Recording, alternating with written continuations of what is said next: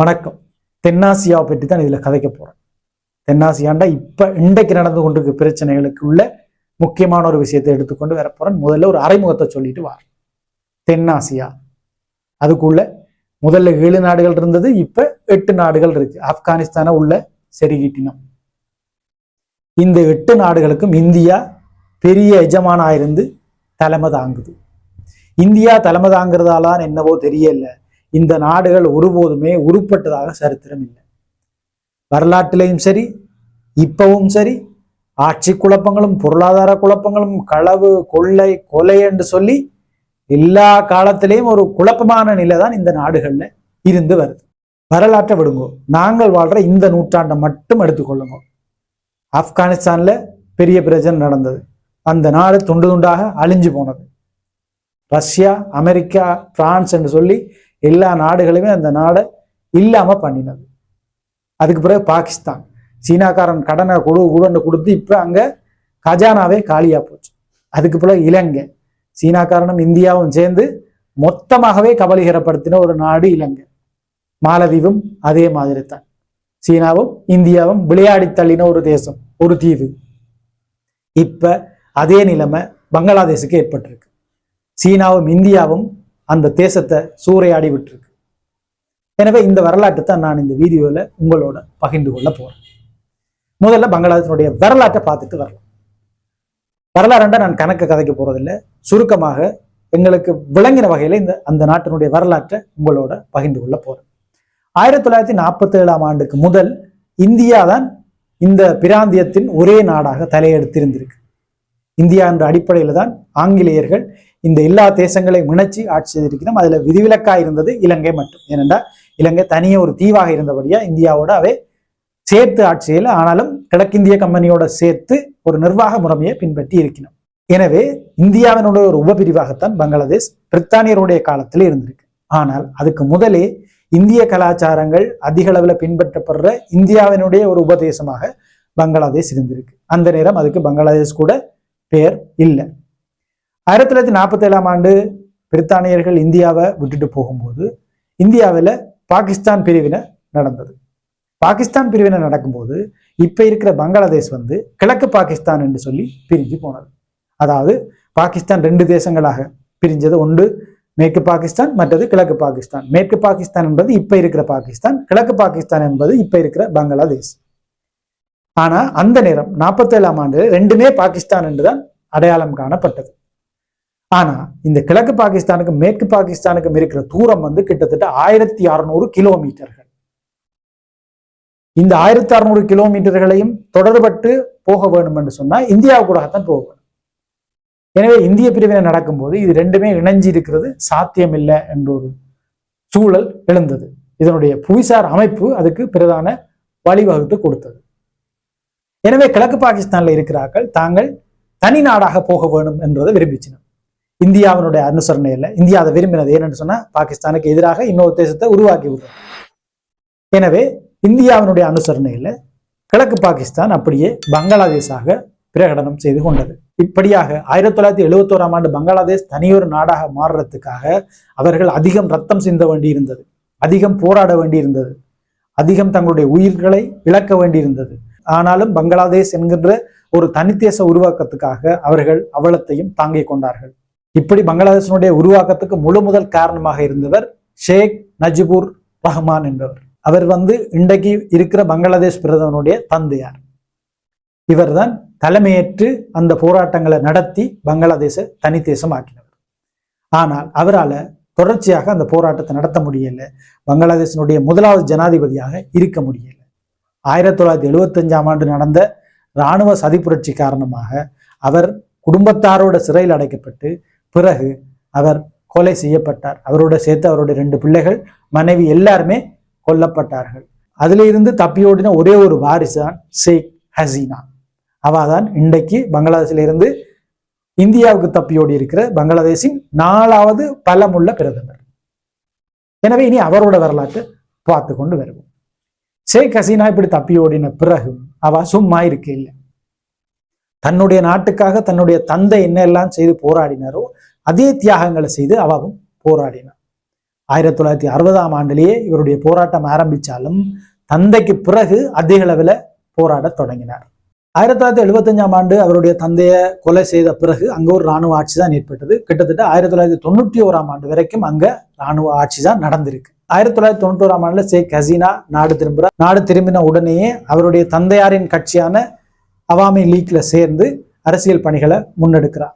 2007ஆம் ஆண்டு அவருடைய கட்சியான அவாமி லீக்கே பெரிய அளவு ஆட்சி குழப்பங்களை செய்தது. இந்த ஆட்சி குழப்பங்களை கவனத்தில் கொண்ட இராணுவம் எல்லாத்தையும் கலைச்சி விட்டுட்டு இடைக்கால அரசை நிறுவினது. 2008ஆம் ஆண்டு கடைசியில ஒரு பொது தேர்தலை அறிவிச்சது. அதையும் இராணுவம் தான் செய்தது.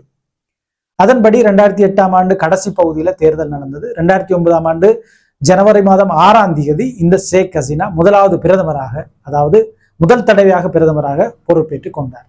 அண்டையிலிருந்து இண்டை வரைக்கும், அதாவது 2024ஆம் ஆண்டு 8ஆம் மாதம் 5ஆம் தேதி மத்தியானம் வரைக்கும் அந்த பதவியிலிருந்து யாராலும் அசைக்க முடியல. 2009ஆம் ஆண்டுலேருந்து 2024ஆம் ஆண்டு வரைக்கும் நடந்த 4 பொது தேர்தல்களையும் அந்த அம்மாடி தான் தொடர்ச்சியாக வெற்றி பெற்றார். எனவே எதிர்கட்சிகளாலையும் சரி, ஏனைய சின்ன கட்சிகளாலையும் சரி, ஏனைய அமைப்புகளாலையும் சரி அசைக்க முடியல. எல்லாத்துக்கும் பின்னணியில அந்த பெரிய தேசம், ஜனநாயக தேசம் இருந்து காப்பாற்றி கொண்டு இருந்தது. ஏனென்றா இவ அடிப்படையில இந்திய நலன் விரும்பியாக இருந்தா. இப்படி தொடர்ச்சியாக ஒரு நாட்டினுடைய பெரிய பதவியில இருக்கிறதோ என்னவோ தெரியாது, இந்த ஆட்சியாளர்களுக்கெல்லாம் ஒரு மமதை பிடிச்சிடும். அந்த மமதை தான் இந்த அம்மணிக்கும் பிடிச்சது. நான் ஏற்கனவே சொன்னேன், நம்ம நாட்டில் ஒரு பாரம்பரிய கட்சி இருந்தது என்று சொல்லி. அதான் இந்த அம்மணியோட கட்சி அவாமி லீக். பாரம்பரியம் என்று சொன்னா இங்கே யூஎன்பி எப்படி இருக்கோ, இங்கே எப்படி எஸ்எல்பி இருக்கோ, அதே மாதிரி அங்க இந்த அவாமி லீக் பாரம்பரியமானது. அதாவது அந்த நாட்டினுடைய உருவாக்கத்துக்கு அதிக அளவுல பாடுபட்ட ஒரு கட்சி, பாடுபட்ட அங்கத்தவர்களை கொண்ட ஒரு கட்சி. எனவே அந்த கட்சியும் அந்த கட்சியை சேர்ந்தாக்களும் என்ன நினைக்கிறோம்னு சொன்னா, இந்த நாட்டை உருவாக்குறதுக்கு நாங்க தான் பாடுபட்டனாங்க. எனவே இந்த நாடு எங்களுக்கு சொந்தமானது, இந்த நாட்டினுடைய வளங்கள் எங்களுக்கு சொந்தமானது, இந்த நாட்டுடைய மக்கள் எங்கள் அடிமைகள் என்ற மாதிரி யோசிக்கணும். எனவே இந்த அம்மணி அந்த சிந்தனையில ஊறி போன ஒரு ஆள். என்னுடைய தந்தை உருவாக்கின நாடு, எனவே இந்த வளங்கள், இந்த நாடு, இந்த அரசு எல்லாமே எனக்கு சொந்தமானது. எனவே நான் இயற்றதான் சட்டம் என்ற மாதிரி தான் இந்த அம்மணி இந்த 4 முறையுமே அரசாட்சி செய்து வந்திருக்கிறார். எனவே என்ன செய்துட்டாண்டா, அவாமி லீக்ல இருக்கிற கட்சி அங்கத்தவர்களுடைய பிள்ளைகள், பேர பிள்ளைகள் என்று சொல்லி அவர்களுடைய வாரிசுகளுக்கு முதன்மைப்படுத்துற மாதிரி அங்க இருக்கிற வேலை வாய்ப்பு இட ஒதுக்கீடுகளை செய்யறதுக்கான சட்ட திருத்தங்களை செய்திருக்கிறார். பங்களாதேஷ்ல இந்த வேலை வாய்ப்பு வளங்கள்ல இருக்கிற மிக முக்கியமான விஷயம் என்னன்னு சொன்னா இட ஒதுக்கீடு. இந்தியாவில் இருக்கிற மாதிரி மத வாரியாக, சாதி வாரியாக, அரசியல் பிரதிநிதித்துவ வாரியாக வேலை வாய்ப்புகளுக்கு அதிக அளவு இட ஒதுக்கீடு வழங்கப்படுது. அங்க இருக்கிற அனைத்து இளைஞர்களுமே ஏதோ ஒரு வகையில பல்கலைக்கழகங்கள்ல படிச்சு ஒரு அரச உத்தியோகத்தை பெற்றுவிட வேண்டும் என்பதை குறிக்கோளாக வச்சிருக்கணும். ஏனென்றா அரச உத்தியோகத்துல அதிகளவான சலுகைகளும் நன்மைகளும் அந்த நாட்டுல கிடைக்குது. எனவே இப்படி அரச உத்தியோகங்களை எதிர்பார்த்து வாராக்களுக்கு இந்த இட ஒதுக்கீடு பெரிய இடைஞ்சலாக இருக்கு. பங்களாதேஷ்ல 44 வீதமான வேலை வாய்ப்புகள் படிச்சு திறமை அடிப்படையிலான ஆக்களுக்கு வழங்கப்படுது. மீதி 56 வீதமான வேலை வாய்ப்புகள் கிட்டத்தட்ட அரைவாசிக்கு மேல இந்த ஒதுக்கீடுகள் அடிப்படையிலாக வழங்கப்படுது. இதுல மேலதிகமாக நான் ஏற்கனவே சொன்னதானே அந்த மரபார்ந்த கட்சி அவாமி லீக், போராட்ட வீரர்களின் கட்சி, அந்த கட்சியை சேர்ந்த அங்கத்தவர்களுக்கு 30 வீதமான ஒதுக்கீடுகளை வழங்குறது என்ற ஒரு சட்ட மசோதாவை இந்த அம்மணி கொண்டு வந்ததுதான் நாட்டில பெரிய கலைவரங்களுக்கு காரணமாக அமைஞ்சது. போன மாச தொடக்கத்திலிருந்து இந்த பிரச்சனை பெரிய அளவில் பங்களாதேஷ்ல நடந்தது. போன மாசமே பல்கலைக்கழக மாணவர்கள், இளைஞர்கள், வேலைவாய்ப்பு தேடுபவர்கள் எல்லாருமே தெருவில் இறங்கி பெரிய அளவிலான போராட்டங்களை நடத்தினவர்கள். அப்படி போராட்டம் நடத்தின எல்லாரையுமே இங்க கோட்டபாய என்ன சொன்னாரோ அதே மாதிரி தேச துரோகிகள் என்று சொல்லி போலீசாரையும் இராணுவத்தையும் ஏவி விட்டு இந்த அம்மணி மிலேச்சத்தனமாக நடந்தார். அந்த மிலேச்சத்தனத்தின் காரணமாக 90 வரையிலான இளைஞர்கள் களப்பலியானார்கள். எல்லாரையுமே போலீசார் சுட்டு கொண்டுச்சினர். கிட்டத்தட்ட 10,000க்கு மேற்பட்டவர்கள் சிறையில அடைக்கப்பட்டுச்சினர். இப்படி ஆக்களை சுட்டு கொண்டு சிறையில் அடைச்ச பிறகும் போராட்டங்கள் ஓய்வடையல, போராட்டங்கள் தொடர்ச்சியாக நடந்து கொண்டிருந்தது. எனவே உயர் நீதிமன்றத்தை நாடி இந்த சட்ட மசோதாவை இல்லாமல் செய்யறதுக்கான வேலைகளை அங்க இருக்கிற சில அரசியல் கட்சிகள், அமைப்புகள் முன்னெடுத்தன.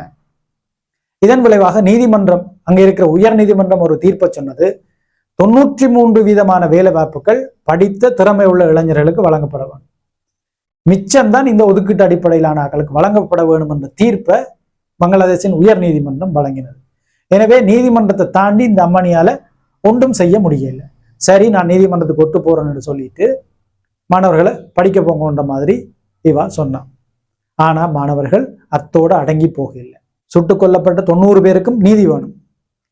கைது செய்யப்பட்ட 10,000 பேரும் உடனடியாக விடுதலை செய்யப்பட வேண்டும். தங்களுக்கு இழைக்கப்பட்ட அநீதிக்கு இழப்பீடு வேணும் என்ற கோஷங்களை முன்வச்சு தொடர்ச்சியாக போராட்டங்களை நடத்துச்சு. அந்த போராட்டம் தான் இன்று வரைக்கும் நடந்து கொண்டிருக்கு. அந்த நீதிமன்ற தீர்ப்புக்கு பிறகு 200க்கும் மேற்பட்ட இளைஞர்கள் போராட்ட களத்தில் சுட்டுக் கொல்லப்பட்டிருக்கிறார்கள். இப்ப 300 தாண்டி இருக்குன்னு சொல்லிக்கணும். அந்த போராட்டம் தான் இன்றைக்கும் பங்களாதேஷ்ல நடந்து கொண்டிருக்கு. இந்த மாதத்துல மட்டும், அதாவது போன மாதம் 90 பேர் சுட்டுக் கொல்லப்பட்டுச்சுன்னா இந்த மாதத்துல இதுவரைக்கும் 300 பேர் அளவில் சுட்டுக் கொல்லப்பட்டிருக்கு என்று சொல்லிக்கணும். எனவே இந்த அநீதிகளை தாங்காத மாணவர்கள் தான் போலீசாரை கைது செய்து போலீஸ் ஸ்டேஷனுக்குள்ளே வச்சு கொளுத்தி இருக்கணும். அரச மாளிகைகள், அரச விருந்தினர் இல்லங்களை சூறையாடி அதை கைப்பற்றி இங்கே என்னெல்லாம் கோட்டபாயனுடைய அரண்மனைகள் உள்ளிட்டு இளைஞர்கள் செய்தார்களோ அத்தனை விளையாட்டுகளையும் பங்களாதேஷ் செய்திருக்கணும். அதன் ஒரு கட்டமாக இன்றைக்கு காலமே பங்களாதேஷ் பிரதமருடைய இல்லத்தை நெருங்கினது இந்த இளைஞர்களுடைய போராட்ட பட்டாளம்.